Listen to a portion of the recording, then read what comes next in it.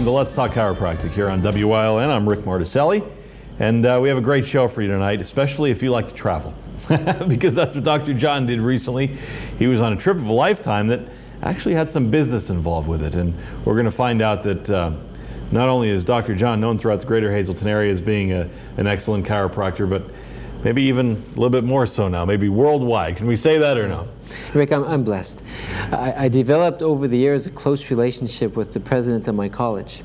So when he retired, he was asked to teach in 2 different Japanese chiropractic colleges. So he's getting a little bit, he has arthritis in his hip, and he said, John, I like your presentation. When he saw me speak in public, he goes, will you come with me to Japan?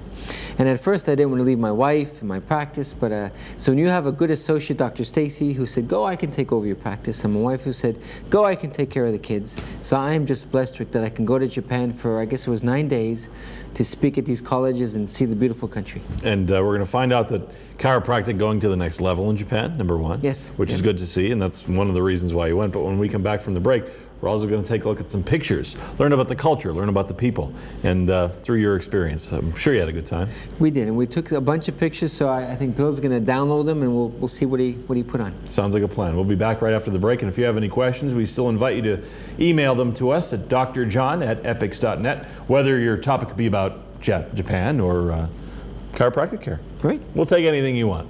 Great. We'll be back right after the break.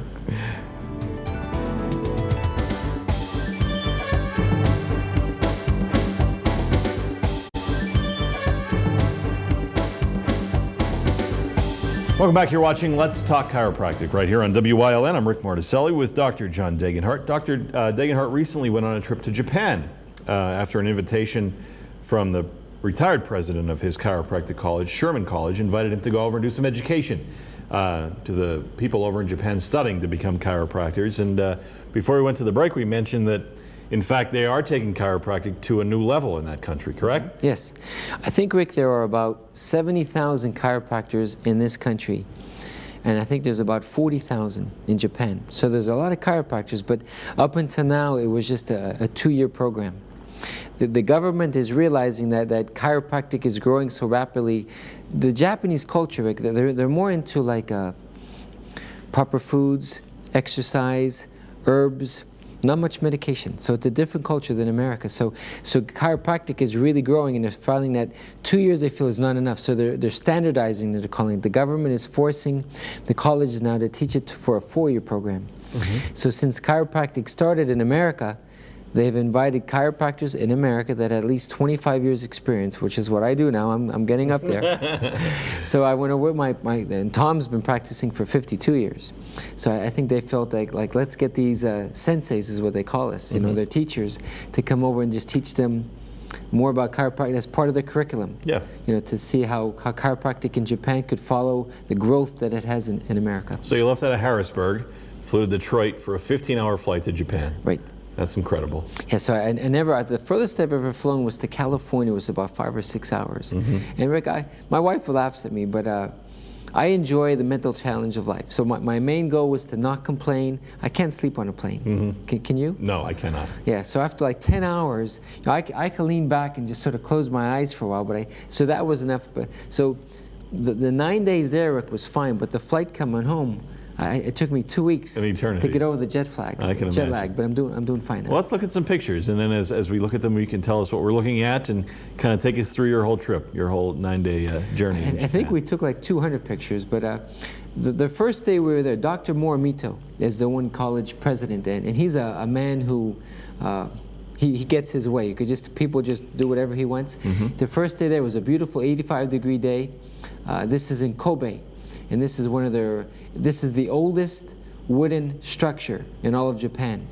It was damaged where it was twice as wide, but it was damaged by a terrible hurricane centuries ago. Over there, Rick, they don't go by years. I think this was built like in like maybe 600 AD. Mm-hmm. So it's amazing just to see these structures. But there you go, and you look at the different temples. So this is one of a lot of them over there, Rick, are Buddhists. Mm-hmm. So this is one of the Buddhist temples where they go to pray. It's amazing. This was the group. If I can go left to right, I guess as people are watching it, to my next to me on the right-hand side of me is Dr. Fujimura. He's the one where he was a very quiet, humble man. He's the vice president of the college. Later on, we met about 40 of his students, and he said in all of Japan, he has the only title of samurai. Samurai is given to they have competitions. He's devoted 35 years of his life to practicing with the sword, the samurai sword. Really? So though he's built same as me, sort of, you know, not real muscular, but yet when when he held his sword, his forearms, you could just see the bulging muscles because the samurai sword's pretty heavy. So as he would, you could just see the muscles in his arms. That is wild. So then it's myself. The middleman, he was like he would drive us, drive us around. That's Dr. Morimoto. Next to him, he's the college president. They have a thriving chiropractic college over there. And then Dr. Tom Gilardi is the last guy. Remember, he's the retired president who was invited. His main goal, and that's how it worked out, though he was invited, he thought once they meet me, then they will invite me to come back because he feels international travel is too hard for him anymore. Okay. At the end of that day, they took us to it's a beautiful thing, Rick. Their tea, if you can see the bowls, it's a very frothy. It's not like our tea.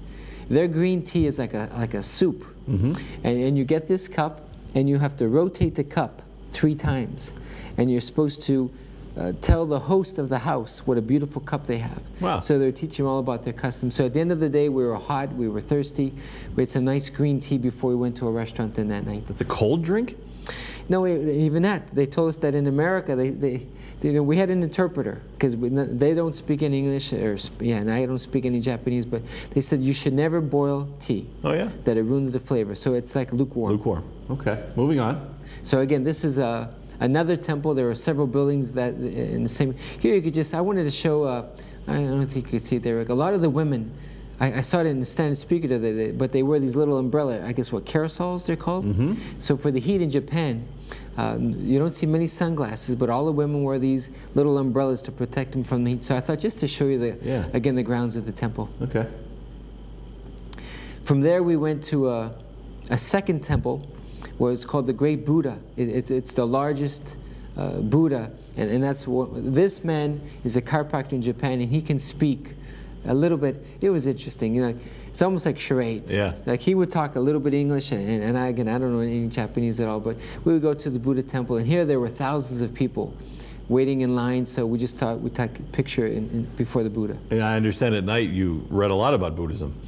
Well, remember, I would wake up, Rick, at 3 o'clock in the morning, so it threw off my time schedule. So when you have extra time on your hands, they gave me a book because I wanted to learn a little bit about. Buddha, Rick, is a lot about stay away from greed. Keep your life humble, and if you're happy with the simple things in this world, then you become enlightened. Okay. They feel most people just always are after greed. And this is the one man, one of the bad things about the history of Japan, Rick, the shoguns, the warlords, they would come and attack each other's temples. So this was one of the protectors, a samurai, who fought off about 10,000 over a 40-year period. He killed actually 10,000 different warriors to protect the temple. So they have immortalized him. That's beautiful. Yeah, I thought just to share, this is some of the grounds of one of the houses near there, just to show you some of the architecture, some of the, what do you call them, the plants. But a beautiful architecture, I think, over in Japan. That typical architecture is seen throughout the countryside, or is that just in places where it'd be tourist areas? Or to be honest, when we took the bullet train from Tokyo, which we'll see later, I think the more wealthy people have this kind of. You would see now the more modern architecture. It looks just like a normal house from America. Where really? It doesn't have the fancy house. So I would say this is more of the wealthier people in Japan. Okay. Moving on. Okay, so then we finally get to the college. Okay.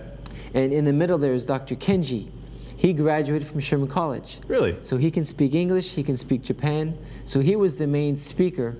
And they had me then speak after he did about, remember I was telling you, they were very interested about, they want to do chiropractic on TV. Okay. But they never knew how, and there are cable stations over there, so I spoke to them about what we do here. They know all about WILN, is what you're right, saying. They do. and again, over there, the doctors, it's like a class system. They don't cooperate at all. So they wanted me to talk about how at the wellness center, they were amazed that medical doctors invited us. So pretty much what I do in America is what they wanted me to talk about. But this is Dr. Fujimura. he has 10 different samurai swords. And this was the sword that he won his competition with. And I asked gently through an interpreter, I didn't want to sound too American, but I said, how much does this sword cost? And he said it was 1,000,000 yen.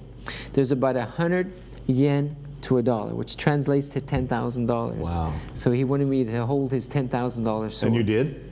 Yes, I think from what Bill said, I think that's the next picture. Okay, that's still him. And he was very, there's a sound.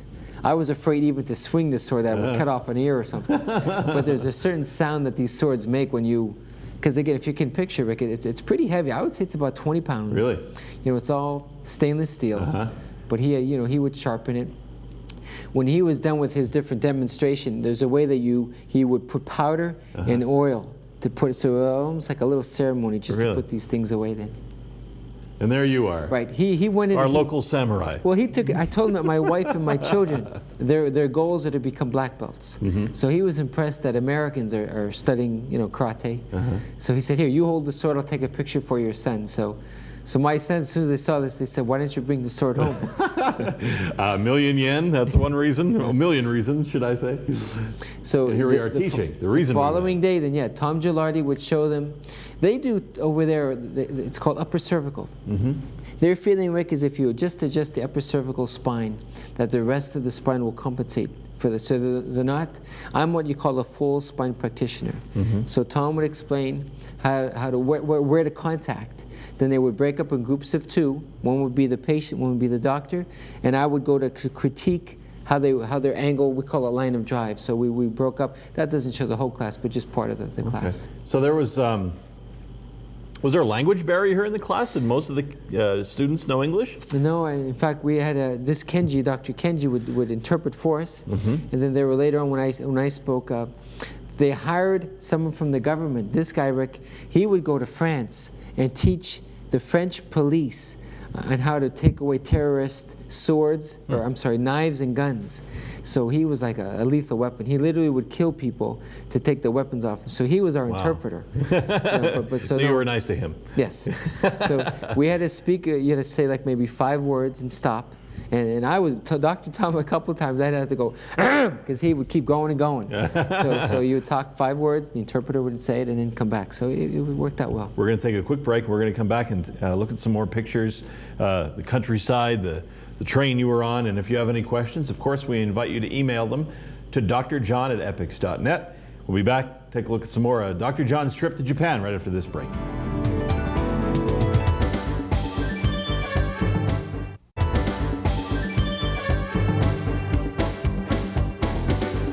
Welcome back to Let's Talk Chiropractic right here on WYLN. Our show tonight is a look back at Dr. John's trip to Japan, where he went to that country to teach students in that country learning to be chiropractors. He was invited to do that by the former retired president of his college here in the States.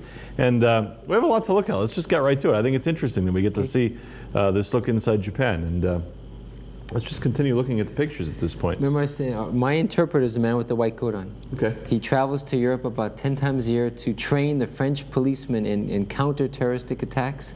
So he literally teaches them, Rick, how to manually, with their own hands, get a weapon off them and to literally kill the people. He looks like a tough customer. They take it seriously. Yeah, I didn't go by him too much. Look at that. We're in Epcot or what? So after that, Dr. Morimoto took us to see this bullet train. It's called the Shinkansen. Look at that. It goes 250 kilometers, which is 150 miles an hour, I reckon. Every 5 minutes, a train pulls up. So there's about 6 different types. So I just took a couple different pictures to see the different model. But real sleek. It is so smooth, and you can't even tell you're moving in it. That's amazing. Okay, this is when we first went. Now, after we were done with there, we went to Tokyo. In Tokyo, this is Dr. Fumio. He is the president of the other college. They're very small offices. He has one table, so he wanted just to show me his office in Tokyo. The first day after Tokyo, they took us to Kyoto.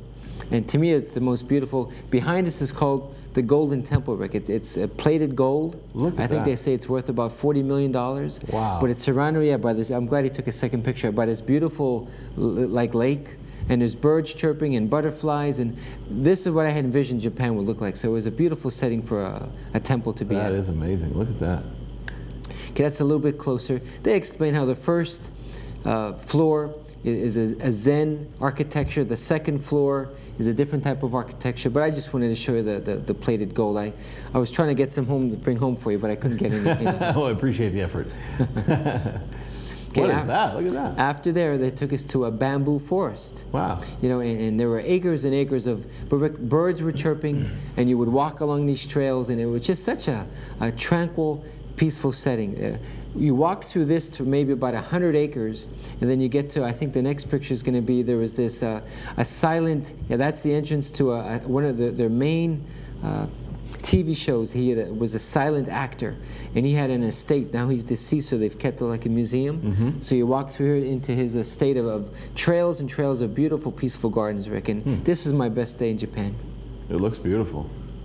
Okay, later that day then, I'm a little bit, Dr. Gilardi said to these two gentlemen, take us home, we've kept you enough away from your parents. And I said to these guys, or from their wives, I said, it's only 4 o'clock in the afternoon. I said, can't we, you know, I want to feel, so they said, we'll take you on this riverboat. We took a 1-hour train ride over that bridge up to this riverboat, and then you go, if you notice, Rick, there's businessmen in front of us. Yeah. Escorts. Over there, Rick, these businessmen would hire a legal escort. Really? Which is a younger woman. And so if you can tell in front of me, there's like 4 older men with like maybe 4 25, 30-year-old escorts. So they take them on like a riverboat, they take them out for a meal, and then if they want to, they could spend time with them later that night. So it's like legal prostitution that occurs over in Japan. Different culture. But it was a beautiful river. Later that day, they wanted just to show us one of the resting areas where you can sort of, they're very simple. Their houses aren't ornate, so just a small bedroom that you could sleep in. Oh, this is in someone's house? Yes, it was in one of the chiropractor's houses. I thought just to show them what his bedroom looks like. Okay. You know, back again in his office, he's like a genius, Rick. He developed, since you cannot take x-rays in Japan because of Hiroshima and Nagasaki, there's too much side effects still from radiation. Really? So they developed their own way of detecting what's out of alignment through computers, and you stand on like a pressurized platform. But that's Dr. Fumio. He's the one who now has invited me to come back every 2 years. He wants me to speak to his school, which is in Tokyo, as to what's going on. But this is part of his office. That's amazing. Look at that. Okay, he later took us, he has a second office in, like, I'll call it the Poconos in Nagano, where they used to have the Winter Olympics. So on the way there was Mount Asama. That is a live active volcano. Really? So that volcano, Rick, over the last 2,000 years has moved about 4 miles. It keeps going left. So just to take a picture of the volcano. That's wild. The children over there, right before this, Rick, there was this boy on his bicycle bouncing along, full of joy, and it was too spontaneous. So I thought, let me just take a picture of some of the beautiful children in Japan. And the lifestyle there is very hectic, even more so than ours. People have to work a lot, you said? You know, I think every society has its pluses and minuses. And I asked Dr. Fumio, beautiful man, but I said, we were there during Mother's Day. And I said, what do you do for Mother's Day? Work. So what do you do for anniversary? Work. What do you do for birthday? He says, my wife understands. I work 80 hours a week. When I'm not working, I work in the garden, and I develop computer software. So they work constantly, Rick. Amazing. And it's not just him. So they don't maybe, he has a 3-year-old grandchild who lives in Tokyo. He's yet to see her. So I almost think that their culture, maybe they work too hard, and maybe us Americans, our young culture, maybe needs to work a little bit harder. That's a good point. We're going to take another quick break. If you have any questions, again, we invite you to email them to Dr. John. The address is on your screen, whether it be about his trip to Japan or about a health-related problem you may be experiencing. We'll come back, wrap this up, and we'll try to get to some of your email questions on the next side of the break. Stay tuned.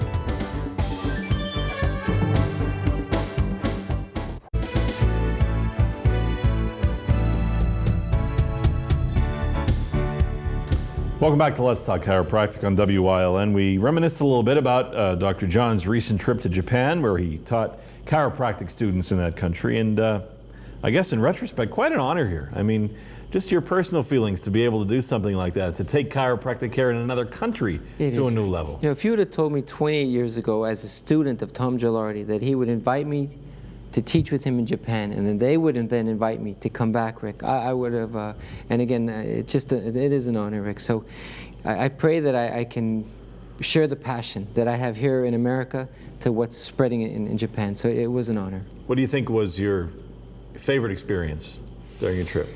You know, in Kyoto, we traveled to the top, it was 85 degrees, and Dr. Tom got a little bit tired, so we sat down, Rick, and had green tea, and he talked to me about Ronald Reagan, who used to work in a chiropractic radio station. Really? So for Tom Gilardi to be sitting in Kyoto talking about Ronald Reagan to these Japanese chiropractors, to me, it was the highlight of the trip. That is wild. So you think you will go back? I do. I told him we already have our vacations planned for next year already. So Janet, my wife, is probably going to be a black belt in about 2 years. So she would like to go back with my 2 youngest boys who are studying karate. So I think they would enjoy the culture since they know more Japanese than I do. That's good. I'm sure they're looking forward to you going back. Well, one thing we wanted to see was Mount Fuji, and it was too hazy of a day.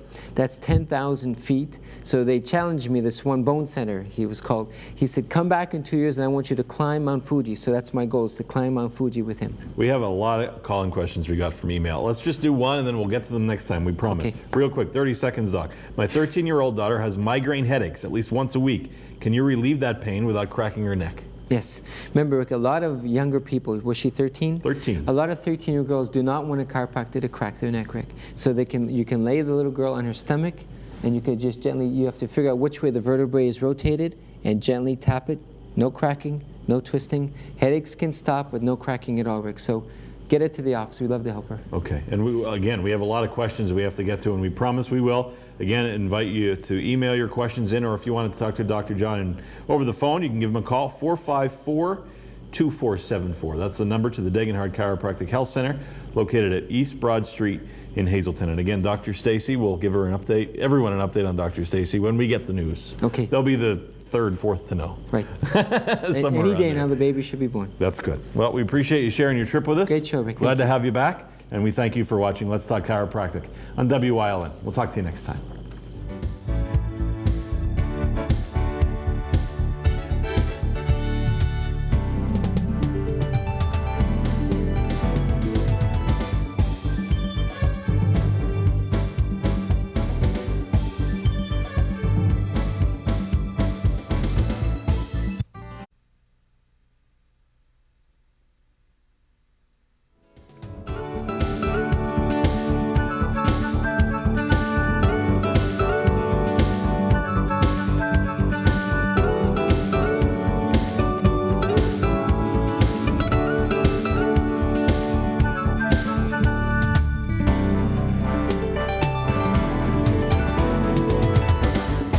Hi everybody, welcome back to another edition of Let's Talk Chiropractic right here on WILN. I'm Rick Marticelli, and isn't it nice that summer's here again? If you know me, you know that I'm very happy that summer's here again. I'm one of those guys who likes it to be 90 degrees all the time. And that's what this show is all about. We're going to talk about ways you can stay healthy throughout this summertime, because as you'll learn tonight, there's a lot of things that happen in the summertime that can cause your back, cause your neck to have some problems. We're going to learn some tips to help you avoid those problems this summer. And of course, as always, we welcome Dr. John Degenhardt to the set. How are you, sir? I'm like you, Rick. I love this beautiful, sunny, warm weather, so I'm good. I love it. It makes you just feel better, doesn't it? You know, God must cry. People complain when it's cold and they complain when it's hot. So I prefer it to be warm. I agree. Hey, before we get any further, how's Dr. Stacy? Did she have the baby yet? She did. Let's see. This is the 4th. So on June. No, today's the. What's today's date? Today's the 11th. We're taping this show. But... Okay. So on June 9th, she had her baby. I think about 3:30 p.m. Oh, good for her. Little Dominic. 7 pounds, 14 ounces, I believe. I went to visit him in the hospital, and he looks beautiful. Dr. Stacy looks vibrant, so she's coming back to work in a week. That's great. So she's a trooper. We always tell her, stay home a couple weeks. She actually, Rick, she's going to come to work and bring a babysitter with her. So the baby's going to be at the office the first month or so while the baby, a lot of infants, they just sort of eat and sleep. So I guess she could check her patients, hold the baby a little bit, so it's going to work out great. That sounds good. Well, let's take a quick break, and when we come back, we're going to talk about our topic tonight. When we come back, find out what you should do. Here's an example. You wake up in the morning and you're feeling you have a sore neck or something. It can be related to some summer issues. So we'll talk about that after the break, and if you have any questions, you can email them to drjohn@epix.net. drjohn@epix.net is the address. We'll be back. Summer tips right after this commercial break.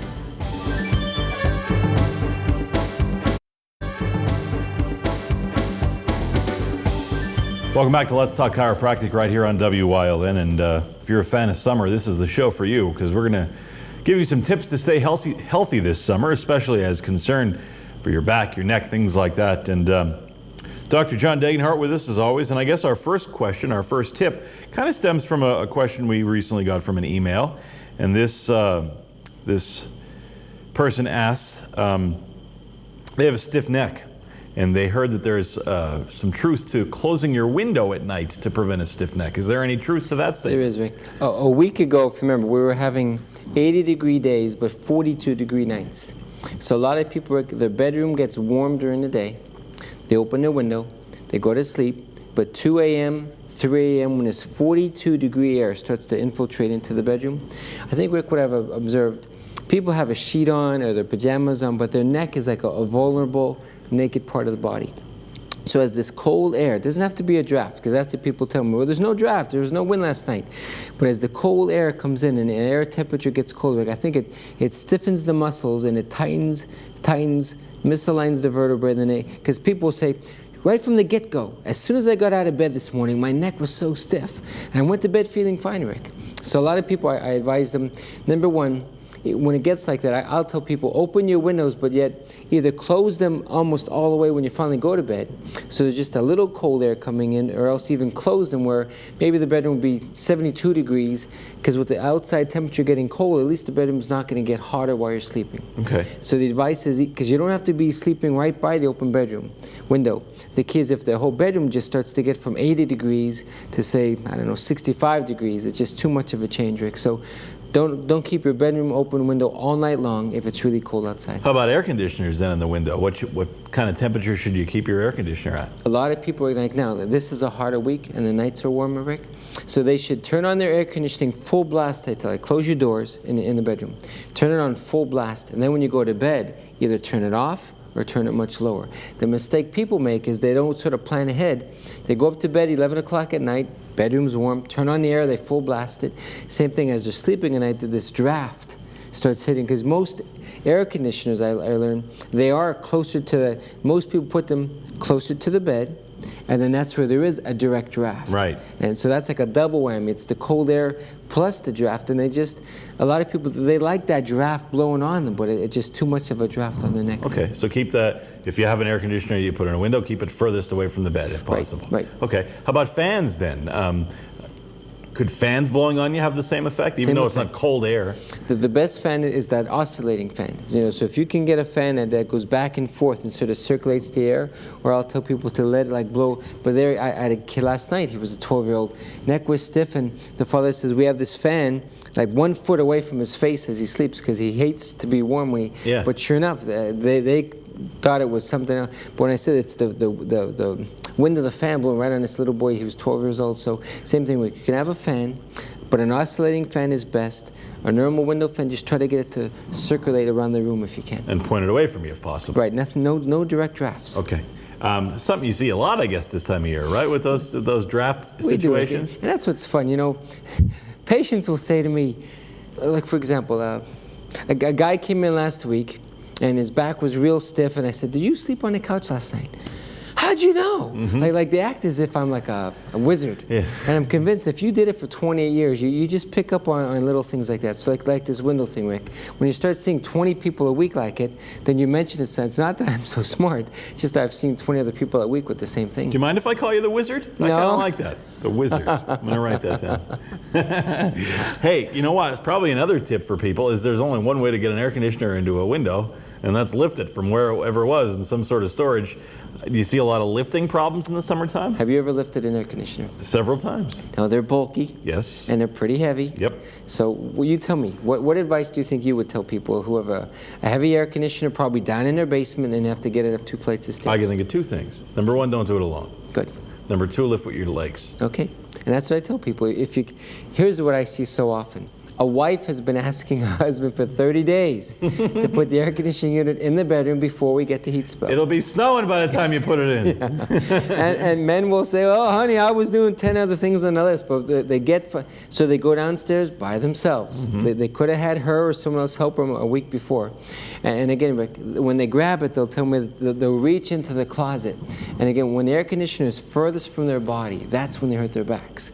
If you can somehow get your body close to it and keep your core lifting there. I think a lot of us can lift a 60-pound air conditioner, but it's when a guy then he goes to put it into the window, Rick. So get help if you can, but if you can't, then at least try to keep it as close to your body and lift with your legs, like you said. And that's with all things, not just with the air conditioners. True. Probably a lot of people doing more active things in the summertime, more lifting. This time of year, they're carrying grass cutters out of trunks that go at the church cemetery or go cut their mother-in-laws, you know, things like that, Rick. So same thing, I'll tell them, get that lawnmower close to you, get as close to the trunk as you can to put in the trunk before, rather than trying to reach with it. You bring up yard work, and probably another great tip for people this time of year is there's probably proper ways to be working in the yard and things like that, especially when you're working with your hands right in the dirt and things like that. Notice a lot of injuries from yard work? I do, Rick, and I think the big mistake people make, Rick, is they want to, I know myself, I plant my own flowers and I like to weed every Saturday morning, so they get out there and they want to get it all done at one time. But what I've done, Rick, I've learned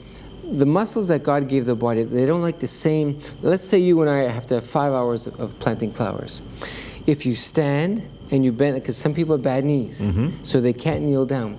But if you stand and bend over, or if you kneel and bend over, either one is a strain on the back, Rick. So I'll plant flowers for an hour, and then maybe I'll go and pick up sticks around the yard. Then I'll come back and do another. So I will do, you change it up. As you change up your chore, even if you have to go inside and take an iced tea break, but it gives those muscles just a little bit of chance, Rick, to rest. It's that constant strain of kneeling, stretching, kneeling. That's what eventually knocks out the back, Rick. And another thing we talk about, and we usually talk about it around Christmas time, is sitting maybe on the hard ground for a long period of time. Maybe someone's out there gardening and just sitting on the lawn for a while. That can cause damage, right? Right, because when you sit, they have to stretch their legs, and there's a lot of people, they buy these, do you ever see, Rick, it's like a little, they can kneel on it, they can sit on it, but then they can also get up on it. And that's beautiful. I saw them at Lowe's the other day where it's like a little, looks like a thing like in church when you go to kneel, like a kneeler. But you can sit or kneel on this kneeler, yet lean on it to get up and off. So those things will really help people, especially if they have arthritic knees and things like that. Okay, we're going to take a quick break, and when we come back, we have a lot more to talk about. We're going to continue talking a little bit about gardening, more to talk about there. Here's the topic I want to get on, and that's traveling, because everyone's out there traveling this summer season. We're going to give you some tips to stay healthy in the process of getting to your travel destination. If you have any questions, drjohn@epix.net is the email address we invite you to send them to. Give us a click, if you will, and we'll answer your questions. Back right after this. Stay with us.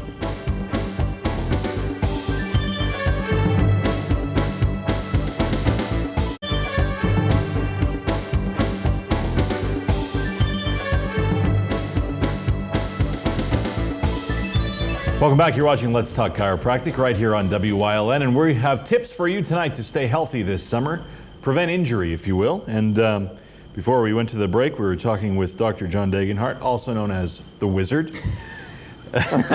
about some things you can do to stay healthy this summer. And we're talking in the garden, things you can do in the garden. How about those ergonomically designed shovels, rakes, things like that? Do they work? Any truth to that? They do, Rick. I don't have every product on the market, but like I said, I like to do my own weeding, gardening, because I think it just sort of relaxes me. Yeah. I get up 5 o'clock on a Saturday morning, and the kids all sleep until 10, so those there's like a little bend, you know, to it where, so if I could weed my garden, Rick, and I'm slightly bent, but the tool does most of it, it helps you, because all of us, Rick, our knees are getting sore as we get older. So if you don't have to kneel, you can get one of these tools. You could be standing. I always wear gloves so you don't get calluses, and you can slowly weed that way, or you can prune things that way, Rick. So it is probably beneficial to buy those tools. If it costs $30, I still think in the long run, it's going to save you from having, you know, artificial knees and stuff like that. Good tip. Another thing I always notice out in the garden, and I see it all the time, neighbors and things like that, starting their mower or starting their gas-powered weed whacker, something like that, pulling and pulling and pulling, and it won't start. I know the next day they're feeling it. You see that a lot too? I do, Rick. And this one guy will come in, he has a heart problem. He had a 90-degree weather, pulled his mower 50 times, he said. And so I told him, I said, please, in the future, get one that just, you know, you can push a button, Rick. There again, it's probably $10 more, but I think people don't realize that. Is it worthwhile paying a little bit extra and saving the body? I've always felt, invest in your body, protect your body, Rick. So get push start machines whenever you can, rather than cranking it 50 times. Good tip. Let's talk about travel a little bit. What do you say? Sounds good. Okay, because there's a lot of things that can happen when you're traveling as far as destination, getting to your destination is concerned, and once you're there. So let's talk about getting there first. Long flights, you have some experience with that recently. Right. What can you do during a long flight to prevent any pain or injury? People will tell me that their rear ends get sore, their backs get sore, and their feet swell. So I'll talk to them. And they said, let's say they have a 5-hour flight to Vegas. I said, what did you do? Okay, you have to drive, let's say, 1 to 2 hours to Philadelphia Airport. Once you get there, they sit, Rick, in that chair another hour or two, because you got to get there early these days for a flight. So my advice is try not to sit at all before your flight takes off. I personally, I always, whenever I fly, I get to the gate first to make sure there's no delays and it's taken off. Sure. But then if I have 45 minutes, if I have to go to the bathroom, I'll go get it. But I will walk, Rick. I will just walk around and browse. And as soon as I see that my section is getting on a plane, so my point is sit as little as possible. Because if you sit 2 hours to drive to Philly, then you sit 2 hours waiting for the flight, then you sit 5 hours to Vegas, you're talking 9 hours of sitting. And then on the flight itself, Rick, I will take my shoes off and I will walk up and down the aisle maybe every hour, just to circulate, and so that will reduce swelling of the feet. I don't get a sore rear end or a sore back if you can try to move around a little bit. Does your body swell in the air? Yep, a lot of people, from just being stationary, I think that there is some pressurized problems that a lot of them say they can't even get their shoes on once they land, because a lot of people take their shoes off. But so my advice is shoes on or off. If you just get up and walk around a little bit during the flight, it just keeps that circulation going. Excellent tip. Here's another one, because I think we've talked about it before. Driving for long periods of time, and I'm probably break this rule as well, sitting on your wallet for a long period of time. Talk about that and what that can do. I had a guy who called me from Myrtle Beach yesterday. They drove 13 hours because they hit bad traffic. They were waiting for 2-3 hours in Washington. But he said, my back's killing me. And I know this guy. So that's where they think I'm a mind reader. I said, did you take out the wallet on your left side? No, that's the side that's killing me. So they don't realize if you sit for 13 hours, and he drove the whole trip. So here's this thick wallet on his left side. If you can envision it, he's gonna be driving like this for 13 hours, and sure. They don't know how it tugs the muscles, and then the joint goes out, and then you have sciatica. Now, so I have to try to find him somewhere in Myrtle Beach, but I can't. I teased him. I said, "Do you want me to make a house call?" I used to love going to Myrtle Beach. So take out your wallet before you travel and just put it up on the dash or somewhere. Excellent advice. So now we're at our destination. Okay. And here's the one that I always know. Actually, sometimes I don't mind sleeping in a hotel bed, but I guess some people do. And maybe it's even the pillows, right? Is there a difference in the quality of maybe the pillow in a hotel bed, the mattress, things like that? There is, Rick. Some patients will say to me, I really love my pillow, and whenever I travel, I could never sleep. So I tell them, take your pillow with you. I know it sounds like a little kid taking a blanket with them, but take your pillow, because if their neck muscles, Rick, are so accustomed to that certain pillow, take it with them.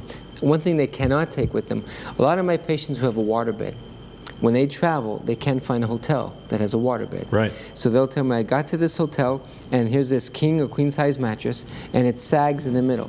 So during the whole week, here's this husband and wife where the mattress is having them like gravitate towards the center. And what my wife and I have learned, I'll go to like the closet in a hotel room. She lifts the mattress. I will place under the middle of the mattress like an extra towel that they have, a blanket.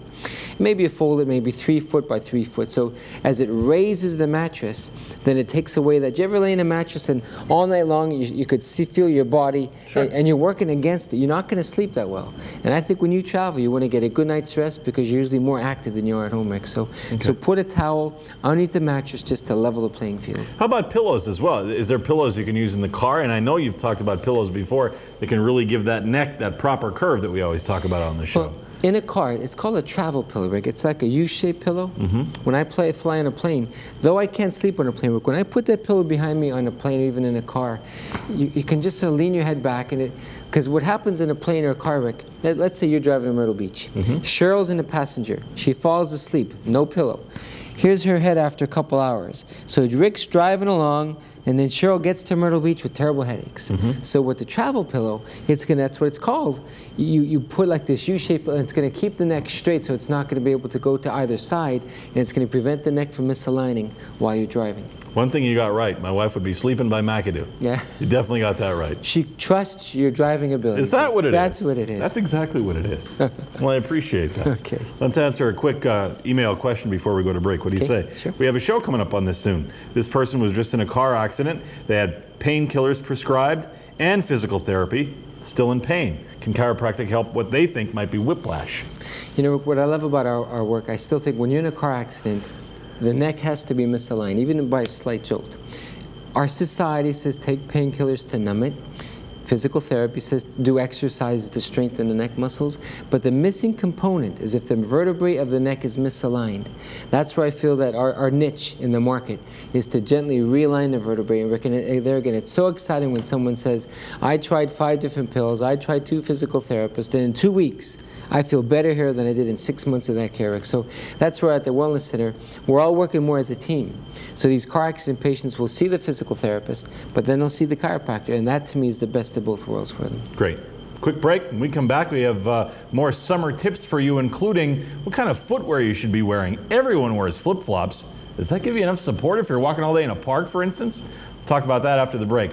drjohn@epix.net, the email address you should send your questions to. We'll be back. Teach you some more tips for the summertime right after this.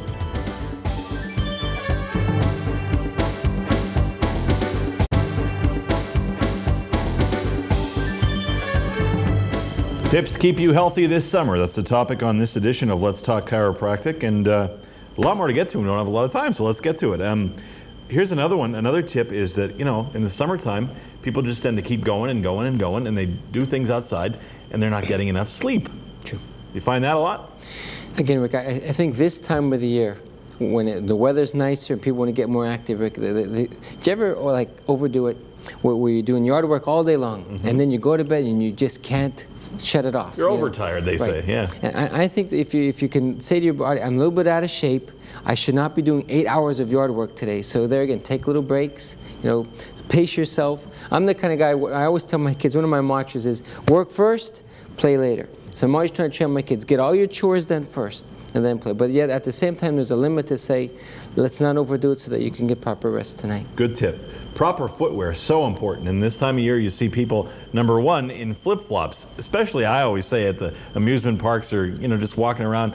Do they provide enough support for you? They don't, Rick. I always tell women this. If you're going to go, like say, to church or somewhere you're not going to be walking a lot, then you can wear flip-flops or even high heels. But if you're going to be going somewhere where you're going to be doing a lot of walking, Rick, people, they take enough money, sunscreen, they look at how they, but I think their feet, they just think, let's throw whatever shoes. And then halfway through, say, whatever park they're at, and they're walking for hours on that hot concrete, then their feet are killing them, Rick. And I've seen long-term plantar fasciitis, tendonitis, all these itises, inflammations of the feet. So take care of your feet. Wear a good arch support.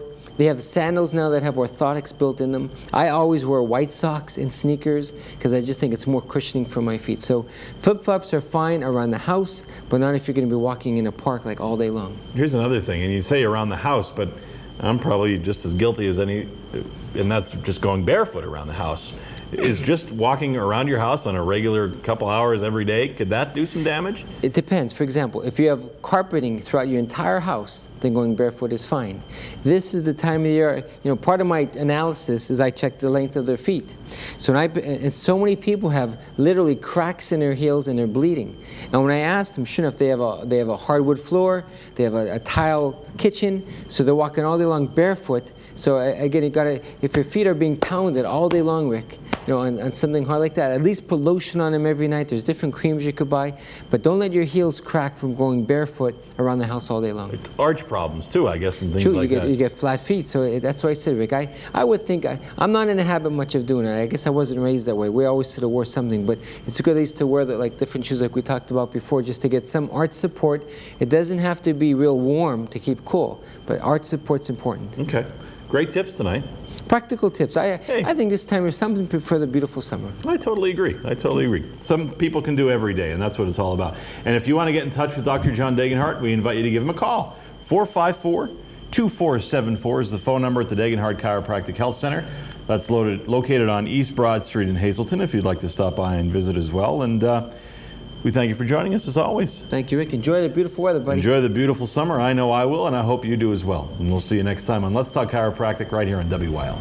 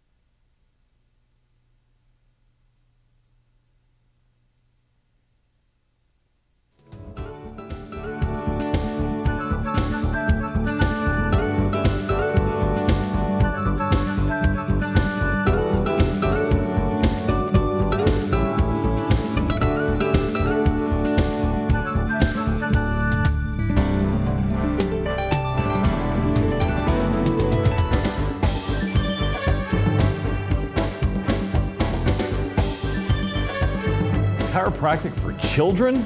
I mean, could it really be beneficial to an infant or a little baby? I mean, that's what we're going to talk about tonight on this edition of Let's Talk Chiropractic right here on WILN. I'm Rick Marticelli. You know, in shows past, we've talked about how chiropractic can be good for seniors or middle-aged folks or people of all ages, but we've never really talked about infants and children. And that's the topic of tonight's show. And we're going to find out if it's safe, why they need it to begin with, and we're actually going to see an adjustment. We welcome to the show Dr. Stacy Sando, our expert on this topic tonight. Yeah, I should be by now. You should be, especially because this is the first time we're talking to you since you had a new little one, right? Right. Tell us about that. Everyone wants to know. I'm so excited to be back, you know, sharing my experience with everybody in the audience tonight. I had my son Dominic 2 months ago, and you know, it dawned on me, my first show back, Dr. John's away, what should I talk about? And I thought, why not talk about adjusting infants and why there's such a need for chiropractic care with children and infants. It's a pretty cool topic, and not only will we talk about it, but we'll actually see it. And we're going to do an adjustment here on Dominic in a couple minutes on the show, and we'll actually see what happens. First of all, we have to understand why it's necessary, and we're going to talk about that after the break. So if you have any questions, we invite you to email them to drjohn@epix.net. That's drjohn@epix.net. And we'll get into it right after this. We'll find out why chiropractic beneficial for little children right after this.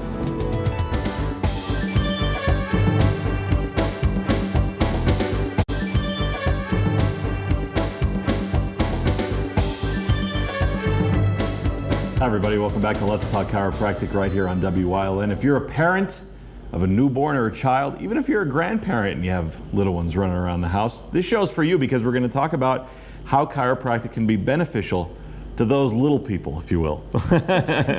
And kind of I want to talk with you to get started is how you got interested in this, because I know you're a parent of 3 now. Right. But was there an interest in adjusting children even before you were a parent for you? Yeah, I think it started when I was a child. You know, I think we've said before on the show that I've always wanted to be a chiropractor. Even when I was little, I got my first adjustment. I was 6 years old, I think. And Dr. John gave me my first adjustment. Oh, yeah? So, you know, from that age on, always wanting to be a chiropractor and then going to school and taking pediatric adjusting classes, you know, that were part of the curriculum, I chose to, you know, kind of go a little further with it. I remember when my sister had her baby, the first baby in the family that was born, I drove home from school that day and made it there late at night, stopped at the hospital, and I was holding this little tiny precious baby in my hands, and I thought to myself, how would anybody know if this child was subluxated, you know, if he had a misalignment in his spine? He can't tell you. Yeah. You know, nobody could speak for this baby. So I asked her if I can check him, and I did, you know, and I was telling her what was going on. And she was amazed. How can a baby be misaligned? You know, he's only a day old. Is it possible? But it definitely is. So you get special education in school for children? Sure, they do have special classes that they teach you, and you know, you practice on little dolls first, and then they actually bring children in, and everyone's goal in our clinic in the school was to try and get a family with children, so you know, you can learn that way too, and it's an amazing process. Well, honestly, I guess when people think about chiropractic, they think about adults, number one. Number two, they think about headaches, they think about back pain. But how does that tie back to a child, I guess? Why does even a child need this to begin with? Well, it's kind of all about prevention, right? You know, you didn't wake up one day and just had headaches caused by your neck being out of alignment, or you didn't wake up one day and ended up with 3 disc herniations in your back. I think we've talked about the show a number of times that things happen over time, and they've actually found that by 17 years of age, a child can have 7,000 traumas. Whether, you know, you think about children, even infants, you're taking the onesie off and their head whips back a little bit, or you know, you're holding them on their shoulder and their head whips back a little bit. You change their diaper and you're bending their legs up all the way, you know. That's one way a child can get subluxated, besides what happens in the womb. And also toddlers, you know, on the monkey bars, running headfirst into the couch like I used to do, or you know, sliding down the steps. Even the delivery process, could that cause a subluxation? Yes, it definitely can. I think any woman that goes through, you know, childbirth could really understand that, because it is a traumatic experience for the baby. The mother's pelvis has to crack you know, so the baby's head can fit through, and when the baby starts coming through, the doctor actually twists and catches the baby. So there is a lot of pressure on the neck, and the way it is, if the cord is wrapped around the neck, that also puts more direct pressure on the upper cervical spine, which we've talked about too is very important, just because of the blood supply to the brain and the nerve supply. Another thing I'm thinking of, and you kind of touched on it before, and that's like, how would anyone know if there's something wrong with the child? So is this more of a preventative thing, or are there things parents could look out for that maybe could be a warning sign that maybe something is wrong? You know what I'm getting at? Sure, exactly. There are warning signs, and I think even with my own son, I noticed in the beginning, I'd put him in his car seat and his head would go this way. And we'd prop his head up, it would go back down. So, you know, that's one side. If the head's always falling to one side or resting to one side, that's one sign. Children with colic, they can have misalignments. GERD, where they're having reflux, they have misalignments most of the time. You know, there's many symptoms with infants in that area. We've also seen children in our office that have torticollis, which is when the muscle on one side of the neck is so tight that their head is actually positioned in a twisted manner. A couple adjustments, 3 adjustments, and their head is straight. You know, they're laughing and gooing like a normal child, like a child without a subluxation should do. Let's talk a little bit about how the adjustment itself differs from what you would do to an adult. If you can talk through it. I know we'll see the adjustment later on Dr. Stacy's new son, but let's talk a little bit about what actually you're doing differently than if you had an adult on the table. Well, first of all, the baby can't speak, which we've talked about. So, you know, the palpation is, the feeling of the spine or the palpation is a little bit more in depth, and sometimes we go through range of motion with the baby. The adjustment itself, you would think, we've always talked about in our office how we like to be gentle. Well, with adjustment with the child is even more gentle. You know, you don't have to crack a baby's spine because some of the bones in the spine are cartilage. They're not fully formed, so you can't really crack it. They're mostly pressure points and holds, sustained holds on the baby. Is this safe? I mean, there's probably a lot of parents out there thinking, I don't want anyone touching my baby like that. That's probably the biggest hurdle to get across here. Right. How safe is it? Talk about safety a little bit. It is extremely safe. Trust me, I would not do this on my own child if it wasn't safe. I am a little bit of a fanatic of a mother. But No. I adjusted Dominic the second he was born. The cord wasn't even cut. My husband wasn't done cutting the cord. They propped him up in my arms, and I checked his spine and adjusted him. The same thing with both of my children.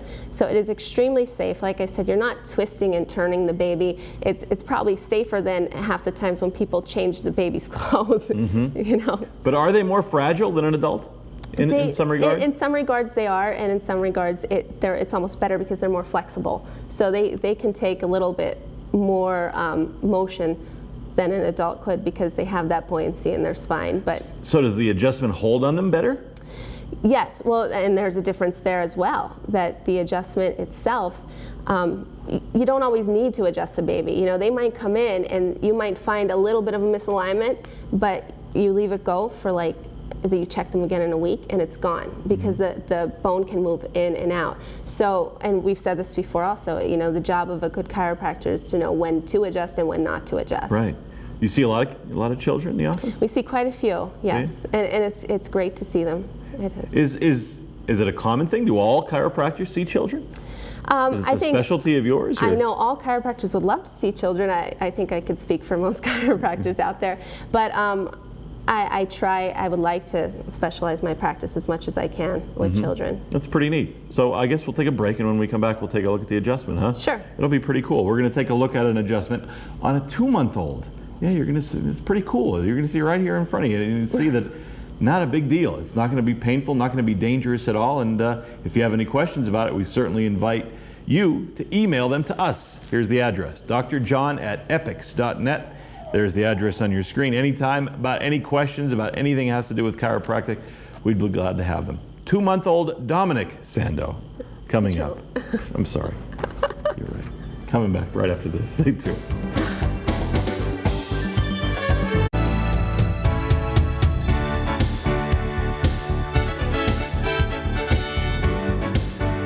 Hi everybody, welcome back to Let's Talk Chiropractic here on WILN, and topic of our show tonight is chiropractic as it relates to children and infants. We're talking about why it's beneficial for a child to be adjusted by a chiropractor. And right now we're going to actually show you what it looks like, making his television debut.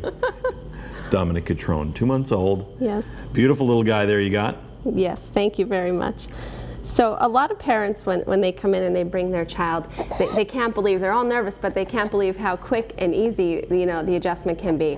So I'm just going to go through and show you a little bit of like how we check the spine first. Very cool. So I'm going to lay him down here. I don't know if you can see him yet. I'll take my time. But as the baby lays on the table, a lot of times you'll see even your medical doctor will bend the legs and they'll check, you know, the hip joints, and that's just a natural thing that we like to check to make sure that there's no congenital hip disease. That's what it checks for, which is when the leg joints aren't formed properly up into the hip. You could feel that? You can definitely feel that. You can feel like that the hip just kind of slides out of the joint. So we check that naturally. If the parent doesn't want the baby laying or they're afraid the baby will fuss a little bit, we can always have the mother hold the baby. Dominic's kind of used to being adjusted, so I'm used to adjusting him. So if he cries a little bit, it's fine for me. But I'm trying to do it so everybody can see. You kind of just feel down their neck, and you can feel one side, a little lump, as opposed to the other side. Like I said before, some babies come in and their head's always twisted to one side, so that tends to be the side where the misalignment is. When we want to check their back, we can roll them over, and we can lay them on their side and just feel down their spine. I should do it the other way, actually. Hi, buddy. He gave you a look. Yeah, he did. But you can feel down their spine and just see what you're feeling, if anything's moving. You can see he gets kind of a little peaceful at this time. He kind of likes it. It's a little massage for a baby, and infant massage is wonderful. It gets the mother bonded with the baby, and it also, you know, helps the baby tremendously because they're a little sore from going through their everyday trauma. Another way we palpate, like I was saying, they're flexible, and you want to feel the motion in their spine, so you can bend them up. He likes this part. You feel the motion in their lumbar spine. We do this for children that are having some bowel problems. Okay.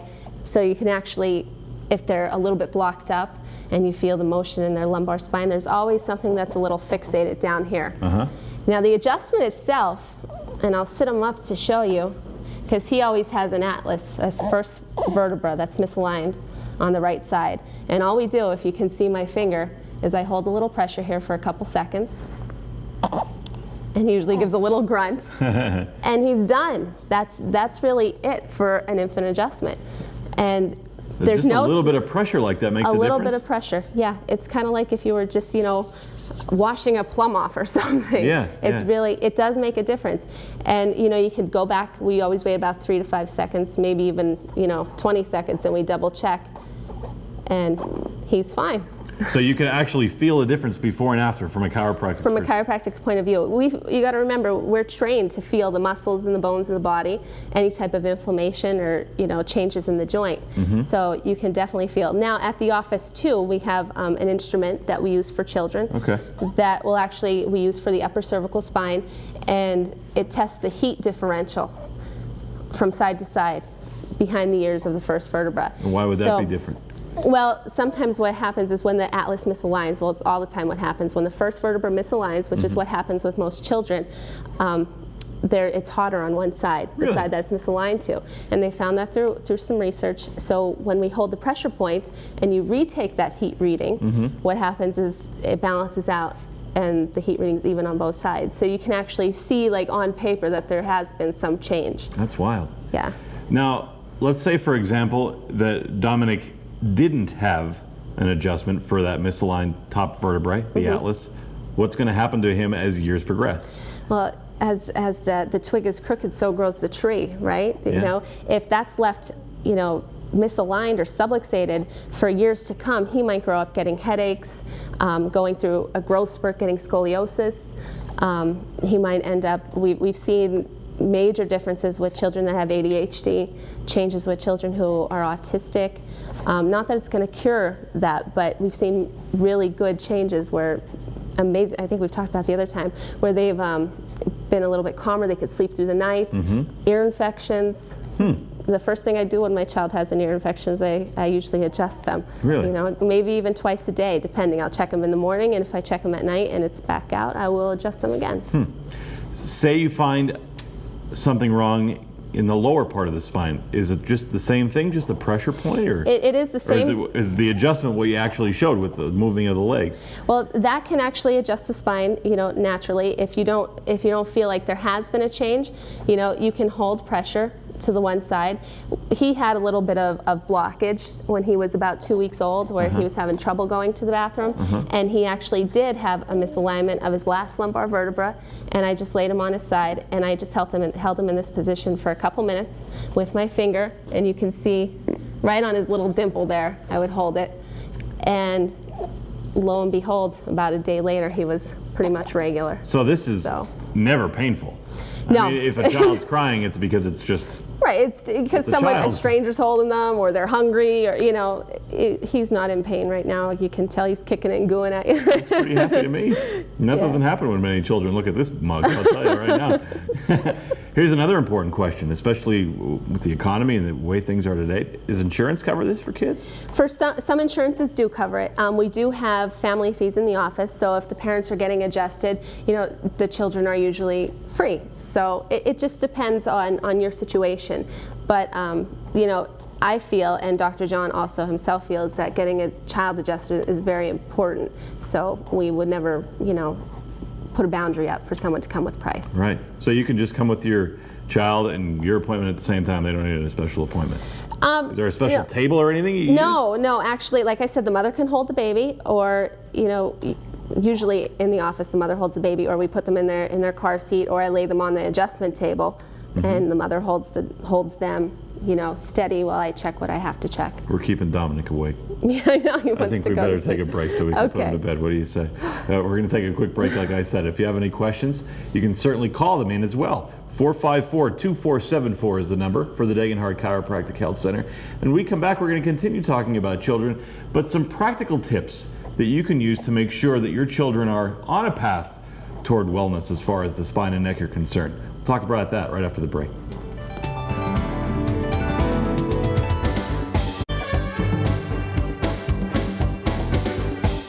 Welcome back to Let's Talk Chiropractic right here on WYLN. Our topic tonight is children and chiropractic, infants and chiropractic. And getting back a little bit to why it's necessary, I guess a lot of physicians out there might think if a child's experiencing pain, they might say, it's just a growth spurt. Nothing to worry about. Your comments to that would be what? Sometimes children do go through growth spurts. I have no doubts about that. I mean, they grow. But a lot of the times a child will come in and they've been to their family doctor, the mother doesn't know why the pain continues. The growth spurt should only last, you know, a week to 2 weeks, the pain from a growth spurt. And then again, it's usually on both sides. You know, if it's pain only on one side, like one knee, we tend to check their spine and find that their pelvis is out of alignment. The pain in the knee goes away. So growth spurt maybe, but most importantly, if their spine is out of alignment when they go through a growth spurt, that's how scoliosis starts. Another thing dawned on me actually while we were talking during the break is that, you know, if a child's born with a hearing problem, they might live their whole life and not know they have a hearing problem because it's the only way they've ever known how to hear.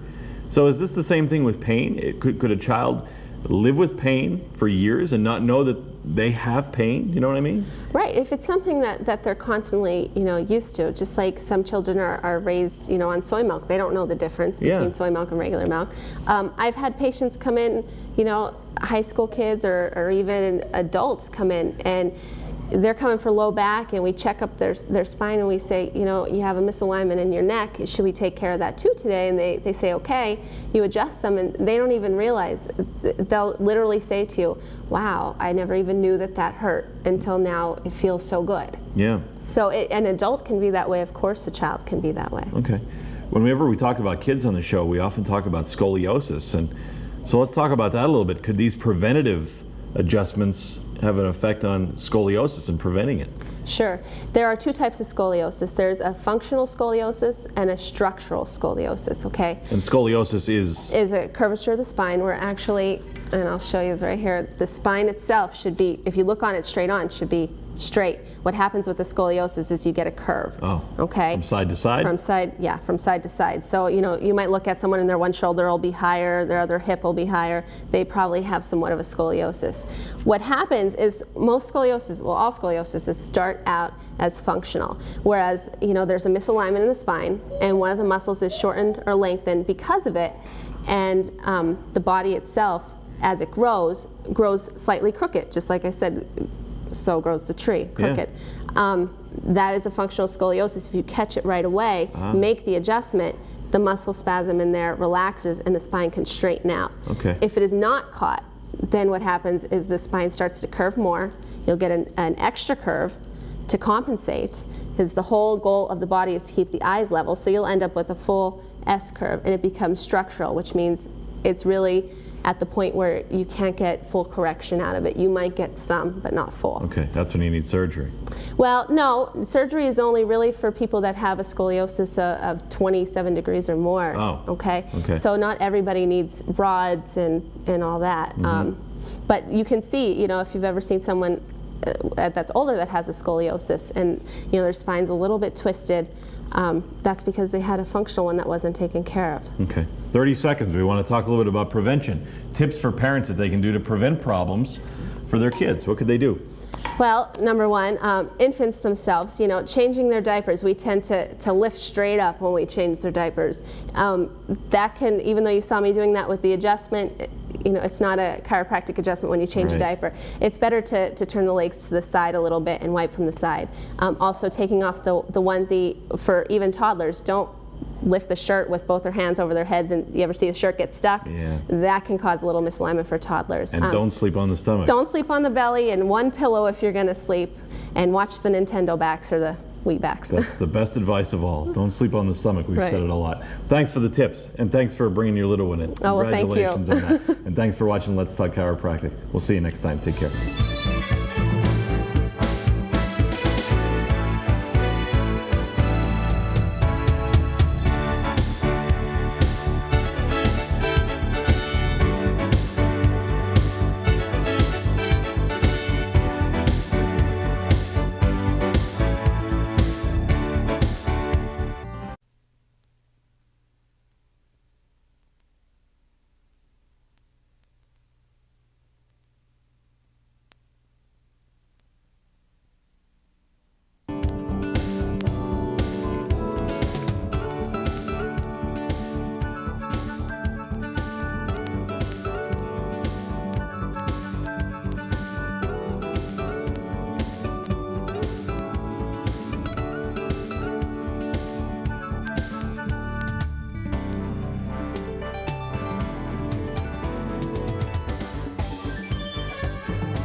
Let's say you're injured in a car accident or injured while you're at work. What should you do? There's a lot of questions you have, a lot of uncertainty, and you just don't know where to turn. Well, we're going to answer some of your questions right here on Let's Talk Chiropractic tonight.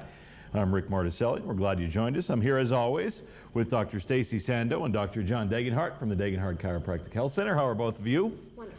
Great. Doing well? Very good. Fall treating you well? We told everyone how to be healthy last time, after all. Never treat you well. That's a good point. Is autumn treating you well? Autumn is treating us wonderfully. That's good. That's good.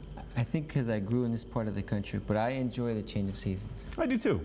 It's So I'm nice. looking forward to a nice, cool fall. I've never experienced the whole summer in Florida, but they say you don't get used to that heat. I don't know. So 4 seasons, we'll take it, right? Right. That's true. We have a lot of tips for people tonight too as well. Injuries at work, with a car accident, things like that. People do have a lot of questions. You're going to kind of talk about what they should do if they experience a problem. Though, Rick, you and I have talked about this show in the past, I just thought it was a good show to bring up because unfortunately people are always having work-related injuries, car accidents, and they come in our office, Rick, if it's their first car accident or first injury at work, they just don't know what are the rules. Yeah. So I thought, let's go over the rules as to do I need an attorney, when do I need to see a chiropractor, just to educate the public. Sounds good. We'll do car accidents first right after the break. If you have any questions, we invite you to email them to us, drjohn@epix.net. That's the email address. And we come back, car accidents, tips for you, what you should do if you're unfortunately involved in one. Stay with us. We'll be back.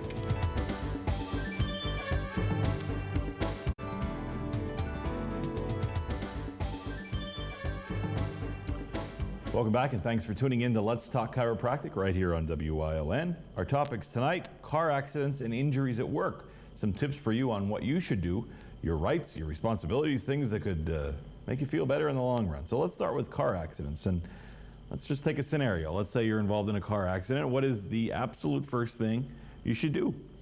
I usually recommend always go to the hospital. I mean, the option is there for you. Go get the x-rays, have them evaluate you, make sure that there's nothing more serious going on. Remember, they say research has shown even an accident 5 to 7 miles per hour can cause more damage than one at 60 miles an hour. Really? They've done research where they've put people in cars and geared them up, and I don't know who signed up for that, but they have found with that research project that can happen. So get your x-rays, and then from there, see what you need to do next. Let's say you're experiencing pain despite having x-rays that come back negative. Chances are you're going to be given a prescription for some sort of medication for that, right, Dr. John? Right. Most patients will go to the hospital, Rick, and they'll come to our office, and they're given a script for, say, muscle relaxers, painkillers, maybe anti-inflammatories. But the doctors overall will say it's just a soft tissue strain. And the patient will say, I could tell it's more than just my muscles. Mm-hmm. So on our x-ray, Rick, we look at an x-ray, maybe you'll see the vertebrae, let's say it was a whiplash. Mm-hmm. The vertebrae are misaligned, and you feel, yeah, doc, the patients can feel the bones misaligned. Really? So when you get them to realize that only the chiropractor, our specialty, is to palpate, which means feel, and look at an x-ray to see what's misaligned, Rick. So all too often in a hospital, x-rays are taken to see if there's a fracture, maybe even cancer. CAT scan or MRIs might be taken to see if there's any kind of tumors, but to actually see the misalignment, Rick, that's the biggest missing ingredient of when you go to a hospital. So Stacy's right, you go to the hospital, but they don't detect the real problem. Okay. So then they come to us. So our dream is to try to get patients that have ever been in a car accident, at least go to a chiropractor once to make sure that things are put back in place. Is it possible that, say, after a car accident, you're not feeling any problems, then a couple months down the road you might experience some symptoms from that car accident that happened weeks and months ago? Sure, they say up to 2 years after an accident, problems can start occurring. Remember, at the time of an accident, your body's pumped with a ton of adrenaline. So, and that can last for a week even. And then from there, your body can compensate. So some people have come in 6 months after a car accident. I don't know why I'm all of a sudden getting these headaches. We take an x-ray, their vertebrae's moved out of alignment, and we can always correlate it back to that accident. Mm-hmm. Dr. Jean, does every car accident result in a subluxation, a problem with your spine? Not every. I think there are sometimes, I would say the majority it does, but there are some accidents if the patient's really in good tone, and maybe it's not, and Stacy was right before, it doesn't have to be, Rick, like a 30-mile-an-hour accident, but there are a lot of times I'll tell the patient, they'll come in, I'll check their leg length, it's level. Muscle tone's good, palpate good, I say thank you. At least we checked your spine, but that is the minority. The majority of people, Rick, as you just said, they take their painkillers, so they numb their pain, and then they come to us 6 or 8 months later, and then it's very hard to call that insurance company and say that the headaches, the dizziness, the numbness in their arms today is due to that accident way back then. The car insurance looks for what they call a trail of care. So if I'm in a car accident, I go to my medical doctor, I take his pills, but then I stop seeing anybody because I'm just taking pills. And 6 months later, then I go to the chiropractor. The car insurance is afraid of fraud. They start calling me saying, well, how do you know that this guy didn't fall on his ice at home or didn't get hurt at work, and just trying to get us as a car insurance to pay for it? So that's why the advice is go to, as soon as you can, to the chiropractor. We will let them know, Rick, if it's good, don't get checked. But if there is something misaligned, which there normally is, start care so the car insurance won't have any doubts on what's going on. Okay. Here's some questions that we have from people who have called in about car accidents over the week, and this person wants to know if their premium will go up if they seek medical care after a car accident. No, the premium never goes up for medical care. No? No. Or if that patient, just to be the other advocate, if that person is the cause, Rick, of 2 or 3 accidents within 1 year, like say if I was drinking and driving, and I caused 2 or 3 accidents, then my premium goes sky high. But if I am hit by someone else 2 or 3 times, and I seek medical care, premiums will never go up. Okay. How about this caller wants to know if you need a referral to see a chiropractor after a motor vehicle accident? No, with an auto accident, you can go see whatever doctors you need to see. It's your call, your option. And then again, even if you come to us and we feel like you need something else, we can refer you for the X-rays. We can refer you to physical therapy or whatever we think you need. How about the timing from the accident itself? You ever see people that have come right from an accident to your office? Do you have that? Really? I think, Rick, people who are first-time car accident people who do the routine we just spoke of, they will go to the hospital. Maybe the second time. And Rick, after a while, I mean this in all respect to hospitals, but maybe the third. Remember, the average American is in about it's increasing every year, 5.8 accidents now per lifetime. So after the third or fourth accident, Rick, I think they say, you know what? I'm going to go directly to my chiropractor because we have an X-ray machine. If we have to take the X-ray, we can see if there is a fracture. But the main goal, Rick, is they're tired of going through 10 X-rays, CAT scans, MRIs, medications, and then coming to us anyway. So a lot of people will now see us directly because they've been under our care before, and usually, again, you take that X-ray, you find it misaligned, Rick, and we can directly take care of them rather than having all of this other stuff going on anyway. From the patient's perspective, the sooner they get there, the better the outcome? The better, yes, because less inflammation can occur. You know, as soon as you get in there and the bone just moved out of alignment, we can get it back in, keep the inflammation down, keep the compensatory muscles from spasming up on them, and, you know, prevent further injury. Because if you're walking around with a misalignment for so long, your body can actually, you know, become more injured, and you can get more pain from that. Another thing I wanted to bring up, and we talked about it before on the show, is that, you know, when you have an injury, previously I should say, you know, when we talk about medication and stuff, we're never bashing medication. There's a reason for it. And in this case, there is probably a reason for medication as well if you're experiencing pain. Talk about that a little bit. My rule of thumb, Rick, is when you cannot sleep. If Dr. Stacy's in a car accident and she's unable to sleep, then I tell my patient, if the doctor, because people will say to me, I'm having a stomach reaction, or I'm getting constipated from my Darvocet. What do you think? I said, well, call your doctor. But if you cannot sleep, I strongly recommend you follow his advice. If they're sleeping pretty good, Rick, and their pain's not that bad and they're having side effects, I said, call your doctor, discuss it with him. My gut feeling, if it was myself, if I'm doing pretty good and the medications are giving me bad side effects, I would not take them. I would rather than let my body heal naturally, because if I'm able to sleep, because during sleep work, it's such a restorative healing process.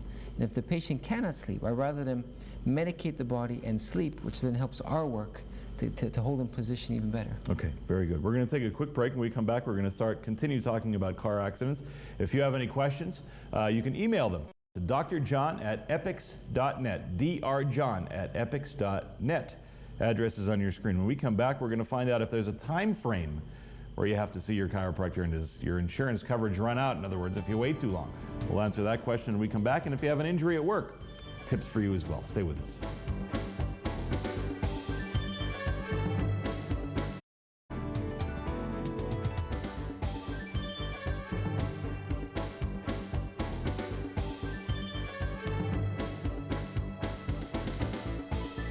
Welcome back to Let's Talk Chiropractic right here on WYLN. I'm Rick Marticelli with Dr. Stacy Sando and Dr. John Degenhart, giving you tips for car accidents if you're involved in one or a work-related injury. Staying with car accidents briefly, we have a couple more questions, and this one from a caller as well. Is there a period of time where you have to see your chiropractor before your insurance coverage runs out? I don't think the insurance coverage ever runs out. I think, like Dr. John said before, they like to see a trail of care. So the longer that you wait to get seen by someone, the harder it is for us to prove, you know, that even though we know in our hearts and you know in your heart it's caused by the accident, the harder it is for us to prove and fight with them over it. Okay. Another good point, and I wanted to ask before we went to break, but I didn't get a chance, was the fact that, you know, we always talk about that maintenance. Say you're a regular patient of a chiropractor and you're involved in a car accident. Again, that recovery time, is it quicker if you've had maintenance care before? If it's not a very serious accident, of course. Does it see a difference? What I've seen, Rick, you know, if you have someone in total alignment, the bones, the ligaments, the disc, and that patient's so well, and they get injured, most people have something already misaligned prior to that. So these healthy people will always bounce back that much faster. Okay. And one more question about car accidents before we move on. And whenever we talk about them, we always talk about insurance coverage and what you should look for when you're buying insurance for your car and things like that. And your advice to them would be what? Two things. Remember, full tort. Full tort simply means that, Rick, if someone hits me in a car accident and I have injuries, they don't have to be permanent injuries, but neck strain, For any kind of pain and suffering, they have books that where attorneys will know how much money should be paid to me for putting up with this pain and suffering. If you don't have the tort, you get paid nothing. So a lot of people will try to get the cheapest policy they can, which has no tort.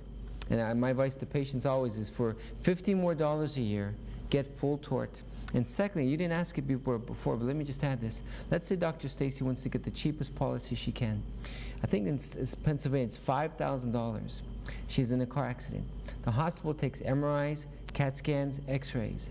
There's her $5,000, Rick. So I always try to tell patients, get full tort and get a minimum of $25,000. The term they use is called it's exhausted.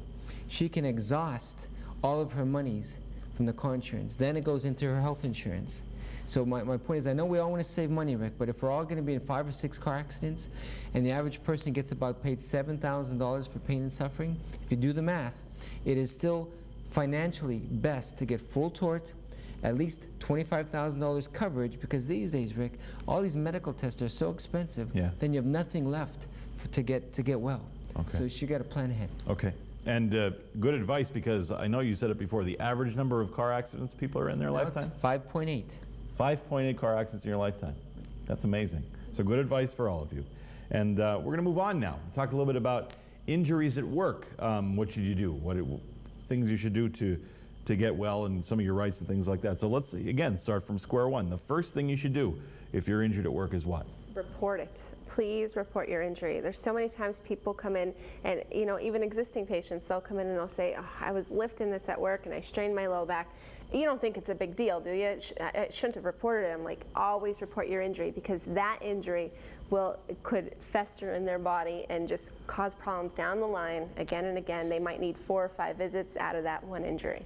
Okay, so that's the number one. Number two is, what doctor do you see? I guess a lot of people have questions about that. Where do you go from that point forward, doctor? It gets a little complicated. The state law says where they punch in, usually, or in the eating area, there should be a list of 5 what they call panel doctors. That's what the state law says. Only about 40% of companies have a list of 5 panel doctors, Rick. So the law says that if a chiropractor is on that list, you must go to that chiropractor. If you say she hurts her back at work and there is no chiropractor on that list, or there's no list at all, then she has the right to go to any chiropractor of her choice. Okay. How about workman's compensation? Talk a little bit about that, as how it relates to injuries at work. What do people have to do to get involved in that process? Well, you have to report your claim, number one, and then start seeing your doctor. Everything's done on our side, whether it's like claim numbers, your claim adjuster, where we send the bills to. Nothing should ever go through the patient in that matter. If we need to send reports or get reports or do anything like that, we do that through the claims department. Could you see different doctors while you're on workman's compensation? You can see up to 3 different doctors, Rick, as long as the insurance company defines it as no duplication of services. For example, she's in a car accident. She sees the chiropractor. She also sees our massage therapist. Then she wants to see a physical therapist who does massage therapy. So when both of us put in our codes, the first one that's going to be submitted will get paid. The second one will not be, because it's a duplication of services. So most people see their family doctor for pain medication, their chiropractor for adjustments, and then maybe like an orthopedic doctor if there's a bad disc or joint involved. So up to 3 doctors, but they cannot be similar in what they're doing to treat the patient. Do you see a lot of cases where people are injured at work? Is it common in this area? I think it's very common. We have a lot of factories in our area, a lot of nursing homes, and a lot of healthcare workers. So people who are constantly, again, repetitively lifting or repetitively moving things or trying to bend in weird positions, they do come in with work injuries. A lot of people are scared to maybe report something they did at work, but there's no reason to be scared, is there? Well, let me explain it. We are company doctors for many local companies. A lot of companies, Rick, will pay a cheaper insurance if they have no claims reported. So there is a political pressure on an employee not to report a claim. I've gone to companies where they'll have a sign, 385 weeks and running without any injuries. So when there is a work-related injury, they want to keep this record going, and it's cheaper for them. So there is this where the foreman might say, well, I'll tell you what, I'll fill out their report, but give it a couple days and try to treat. So there are some companies, Rick, and I tell the employees, if it's something minor, they can always, Rick, still report it. come to us. And we could tell if it's going to be 1 or 2 visits a week. But if it is going to be something that's going to necessitate a month or 2 of care, tough luck on the company. That's why I have workman's compensation on my employees. If they get injured, I pay for that insurance, and that's what it's there for, Rick. Okay. So even you're learning something on this show. We're going to take a quick break. If you have any questions, we certainly invite you to send them in via email. drjohn@epix.net is how you should get them to us. When we come back, we're going to talk about loss of wages and how that might affect you if you've had an injury at work. Stay with us on Let's Talk Chiropractic on WILN.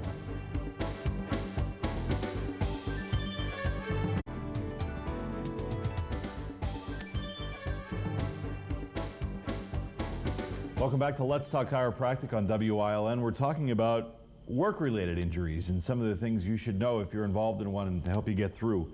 And I would assume a lot of people out there who have an injury at work would worry about losing wages. Talk a little bit about that and tips you can give them to maybe avoid or things they should know if they are in that situation. Let's give a scenario, Rick. You hurt yourself at work. You want to report it immediately. Yeah. You come to the company chiropractor. We determine that you can't work for 3 weeks, because they give you a form. What's the estimated date of return for this employee? So you have to estimate a date of 3 weeks. So the employee knows he's not going to get paid for those 3 weeks then. So then we have to fill out the paperwork quickly, fax it to the company. Some companies have an emergency fund, say $100,000. So they will have money on the side to automatically start paying that. I would say 1 out of 10 plants have that. Most plants, they have to submit that form to their insurance carrier, who then they go through it, and the employee might not get paid, Rick, for several months. So you just try to really, that employee who might be living from paycheck to paycheck, it's important to them that they, number one, have to be off work 8 working days. So if they're off 3 days, they go back to work on the 4th day, they don't get paid those first 3 days. Okay. So there are sometimes, if it's a minor problem, you get these employees who know their rules. Yeah. Doc, if you're going to have me off for 5 days, can't you make it 4 more extra days? So sometimes we're under the pressure where the employee wants to stay off long enough to get paid all 8 days. Yeah. Yet in your heart, they're probably good enough to go back on the 3rd and 4th day. So you have this. So I usually tell the patient, if it's 2 or 3 days, go back to work and miss. I wish I could change the law. Yeah. I think if you get hurt at work and you miss 1 day, you should get paid for the 1 day. But I don't know why. I have to call Todd Eachus, I guess, and see why it is. But they have it 8 days. Right. Okay. Good tips for them. How about returning to work? Who makes that decision, and what's involved in that decision-making process? Well, we make that decision normally. If they're seeing us on a regular basis, like you said, there's an estimated return to work date, and on that visit that we see them before that estimated date, we will do an extended visit maybe where we'll go through range of motion. If they hurt their lower back, we'll ask them to bend, or it's something simple. If the patient's not tying their shoes, and they're still not tying their shoes after 3 weeks, well then there's a bigger problem. But you don't send them back to work. There has to be, a sufficient amount of functional improvement for that patient to go back. There's also orthopedic tests that we might go through that we might have done on our initial visit that we want to see that those positives or those pain symptoms that they had from those tests are negative. Okay. We always like to talk about prevention on this show. Preventing injuries is the thing we should all be doing. So let's talk about that a little bit at work. Are there things you can do at work to prevent an injury?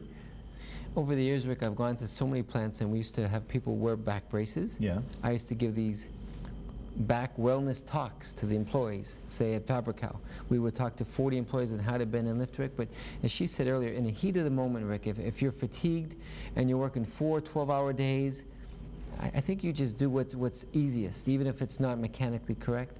I think the most powerful thing to answer that question is, she and I now, in the past year or two, got very aggressive, calling companies, asking them for no charge if we can come to their facility.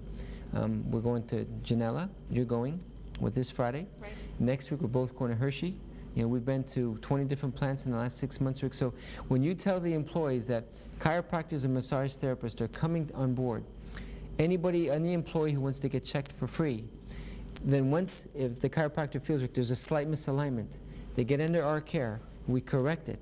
That well-healed back then is much less prone to a work-related injury. So the employers are so excited about us doing this, but it's the employees who have to, it's usually during like their lunch break. Yeah. So they have to eat a quick lunch break to come over and get checked, make an appointment, and then we can prevent them from having work-related injuries. Well, that's a good thing that you're doing. Prevention is number one.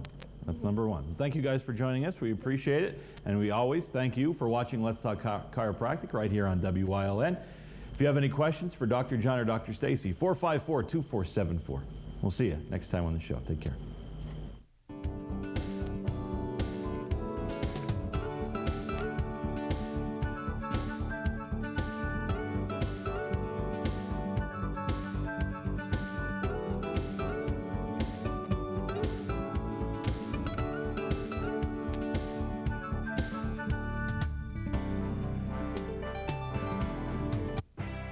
For the best.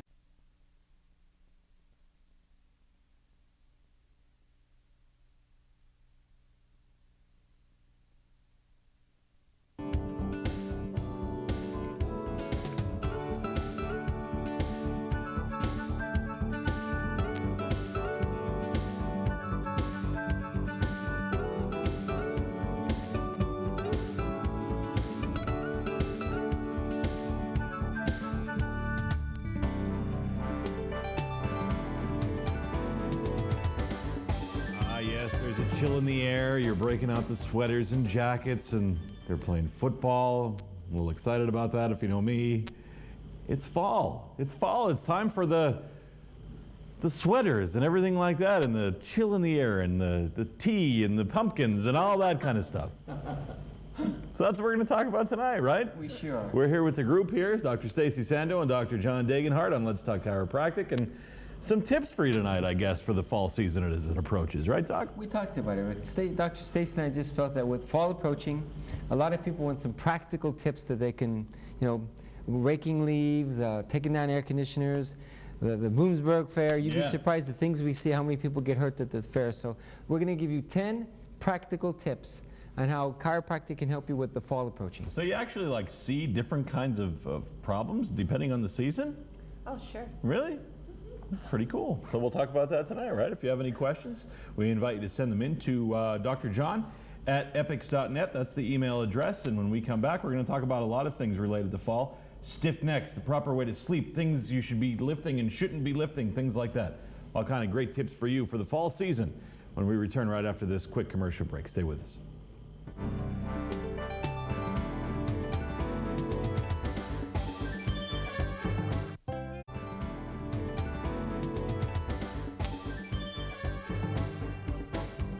Welcome back. You're watching Let's Talk Chiropractic right here on WYLN. We have a great show planned for you tonight, especially for this autumn season. For the fall, we have some tips for you that you should be doing around the house as you're doing things around the house or enjoying the fall weather, like many of you are doing, maybe the Bloomsburg Fair, for example.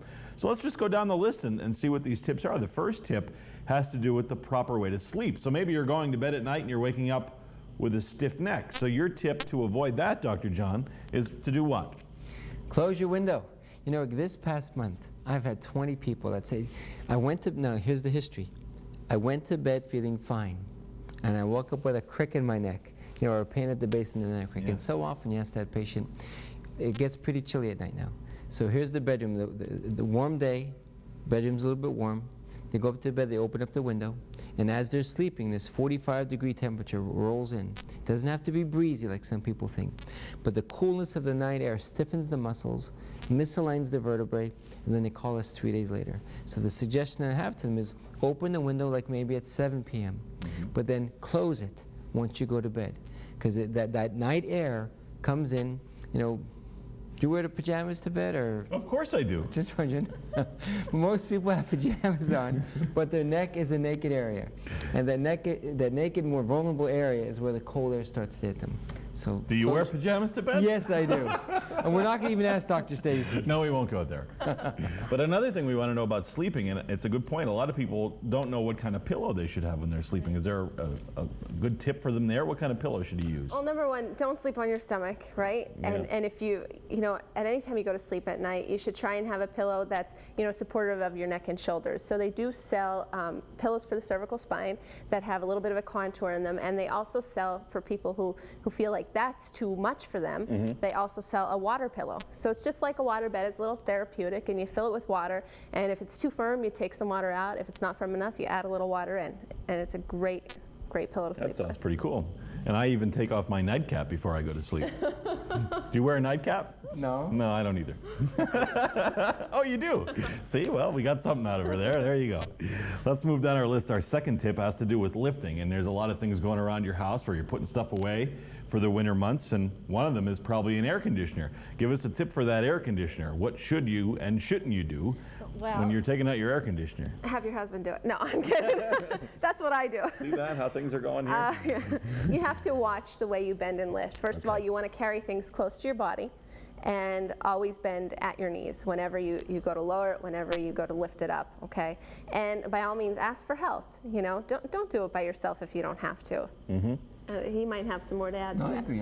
The history usually is that my husband said he was going to help me. Yeah. He 3-4 days later, and then a woman or her husband gets impatient.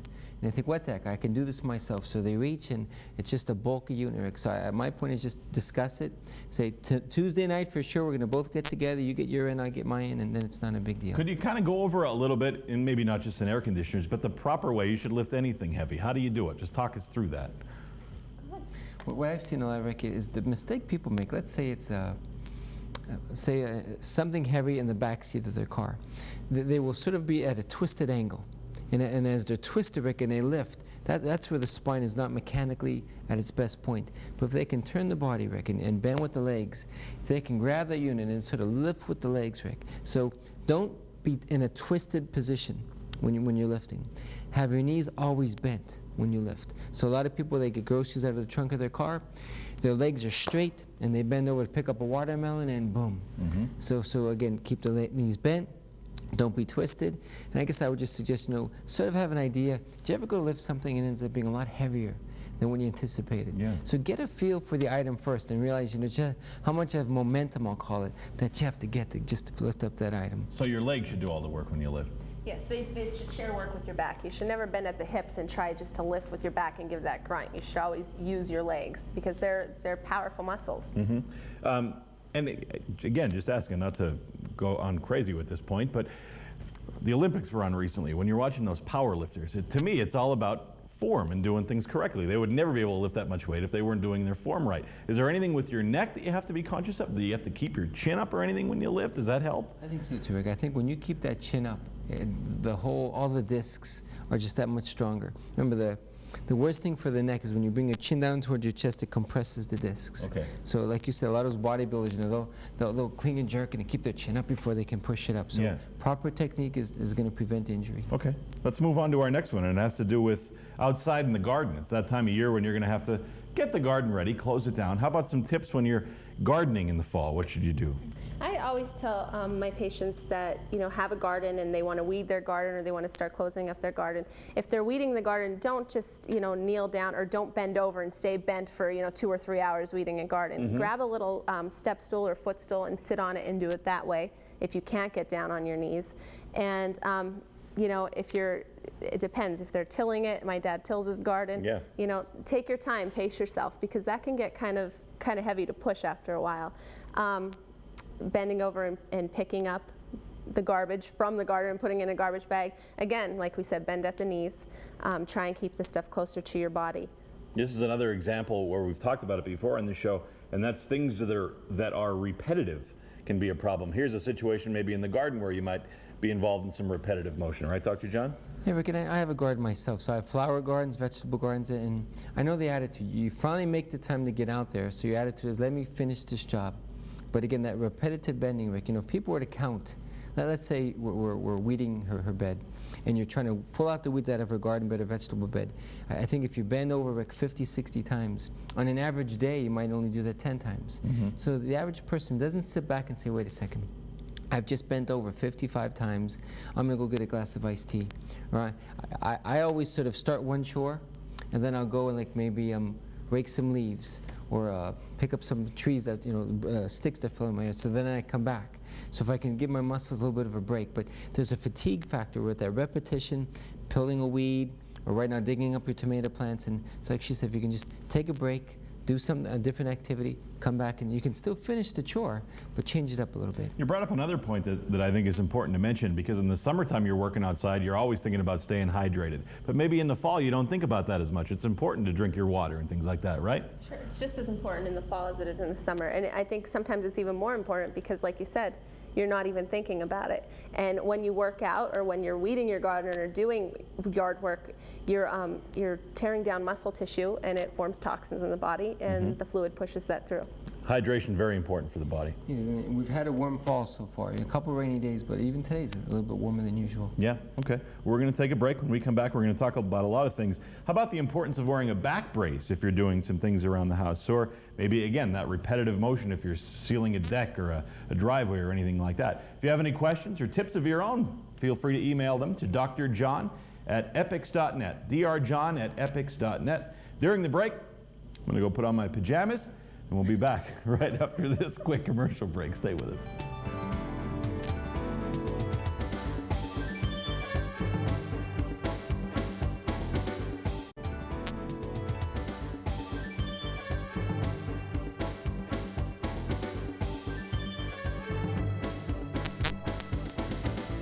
Welcome back. Let's Talk Chiropractic on your TV right here on WYLN, and we welcome you to the show, especially if you're looking for tips for fall, how to stay healthy and active around the house and enjoy fall the way you should. And moving down the list, we have some great tips for you. Here's one that maybe needs some explanation, even for myself. I'm not sure if I understand it, because cutting firewood is one. I mean, a lot of people out there getting ready for the winter and cutting the firewood. A back brace, necessary when you're cutting firewood? And what does a back brace do to the body? It's just for some new viewers, maybe, to give a little bit of anatomy. Our specialty as chiropractors, Rick, there's two sacroiliac joints. So this is the lower back of a person. So if you can envision, there's all muscles that attach from here up into the spine. So repetitive work, like when you twist to cut firewood, that repetition, it starts to, maybe the first 10 times, 20 strokes, 30 strokes, but slowly, Rick, there's a fatigue factor. So the ligaments, the tendons start to slowly shift. And a lot of people won't feel it that night, but then the next day they can't put their shoes on. So if you can envision, if you put a back brace around those muscles, as it's cutting the wood, there's the same repetition, but there's a little bit of it inhibits it. It doesn't allow everything to be stretched so far. So my recommendation when you shovel snow, rake leaves, cut firewood, something repetitive, something out of the ordinary, where your muscles aren't used to doing that behavior all the time, wear a back brace. It'll just give a little bit of support. So if you do it for, most people cut like wood for like 2 hours, that it'll again inhibit the joints from being stretched so repetitively that it's going to help it to stay in place. Because that's, you want to cut the wood, feel great the next day. Where do you get one? A back brace? We have them in our office. I would say almost any medical supply has them. So we found one that we felt has, there's all different types. We have metal stays in them. So some are very restrictive, where you see people that could barely bend with them. Most people that we have, there's enough metal stays to offer support. There's a double strap that makes nice and snug, but yet you could still be flexible enough to pick up your baby, clean your house. So we found when it's in the middle of the road, supportive, but yet flexible. And there's different sizes too. True. So you have to be fit? It got to be fitted to see if you're medium, small, large, extra large. Okay, good. Let's move on a little bit here. And this next one has to do with people who consider themselves to have this base level of pain, I guess a pain that they're always experiencing. Then they do something around the house and it triggers it. So I guess the tip here is to kind of stay with that chiropractic care, right? Talk a little bit about how that base pain can turn into something worse. And is base pain even a good thing to have? Should anyone have that? A base pain, no, of course it's not a good thing to walk around with constant pain. And if you are, you should see somebody for that. But some people, because they have an underlying bulge disc or herniated disc that they might not even be aware of, might have at the end of a day or when they wake up in the morning a backache, okay? Then they go and they try and rake leaves or cut firewood, Lord forbid, and the pain gets so intense for them that they can barely walk or move. My suggestion with that is just get into the chiropractor right away, get some ice on it right away, especially if it's in the low back area you want to. And if you do have a constant pain, check out the brace like Dr. John said and try that too as well. A lot of people who have this extra level of pain in this time might try some anti-inflammatories or things like that. How about that? You suggest that? Is that a good thing to try? They have to, talk to their medical doctor about that, of course. But, it's to start out with that. You don't know if there's inflammation to start out. So you might need to get evaluated first by either a chiropractor, or if you want to go the medical route, then take medicine, go to your medical doctor. Okay, good advice. Can't go wrong with maintenance care. We say it all the time, right? A lot of people, what I see, usually this is an experienced chiropractic patient. They've been coming to us, say, for 10 years. And let's say they fall down their stairs. They go to their medical doctor to make sure there's nothing broken. And he'll say to them, it's arthritis. There's nothing broken, but it's arthritis. They'll call us the next day and they'll say, I know my body. My base pain level was a 3, let's say. But now since I fell down the stairs, my pain is a 7. So they know that their body's telling them there's something more than their stenosis and arthritis is present. So then our job is to get them from a 7 back to a pain level of a 3. Okay. And so then that's an experienced chiropractic patient who can say, I could just tell that there's more than my normal pain right now. Okay, good advice. Moving along, a little bit about what we talked about previously with that repetitive motion. So say you're sealing your driveway, you're staining your deck for the winter months. Again, it involves that same bending and stretching. Talk a little bit about how you should avoid that. You did a little bit before. I did. In fact, I stained my deck 2 weeks ago. Did you? And again, first I sprayed on this formula to a cleaner. Yeah. To take off the stains and stuff on it. Then the next day, Rick, I remember it took me maybe 5 hours one day, 2-3 more hours the next day. So I guess they're on the size of your deck, Rick. But I had all my kids paint some of the bolsters, and my son, the oldest son, did the. But it's amazing to me how long it took us to do our deck. And we have a bigger deck than usual. But the point is, I changed it up. Mm-hmm. Like maybe at one point I'd be kneeling, and after my knees got stiff, I'd say, let me stand up and do a higher. So again, listen to your body, Rick. I think that your body will let you know if you're staining the deck. Or I had 10 patients 2 weeks ago from putting sealer on the driveway. And they'll say, all I did was seal it for 2 hours. But I'll say, how often do you stretch? Because I've done that years ago. You put it into the tar, and it's that same stretching and bending. And that forward bending, Rick, is just, the lower back has a curve to it that goes this way. So when you stretch forward, it sort of goes against the grain. And the more you do, so when you do a driveway, you don't want to probably do part of it and come back, because then you can almost see where it dried when we start over. So, but there again, I would just say maybe stretch back once in a while, maybe just for a few seconds, and wear the back brace to again decrease that fatigue factor of stretching forward so much. Is it necessary to stretch before you begin a physical activity, even though you're not exercising? Do you have to stretch out before you do something like staining your deck? Well, that's a great idea. In the morning, you stretch sometimes. When you get out of bed, you're stretching. So your muscles need to warm up for the day, and especially if there's like an activity that you're going to be working or overworking. Even now in factories, we talked about that they are implementing people stretch before their work shift. Mm-hmm. So, by all means, if you're going to stain a deck or whatever, mm-hmm. You want to bend, stretch the low back, bring the knees to the chest a couple times, warm up those muscles so they're nice and loose. Very good. Good advice. We're going to take a quick break. If you have any questions, we invite you to email them. The address is on your screen, drjohn@epix.net. When we come back, we're going to find out how you should be watching TV. Well, it's TV watching season, especially on Monday night for Monday Night Football. We'll find out the proper way to do that when we come back.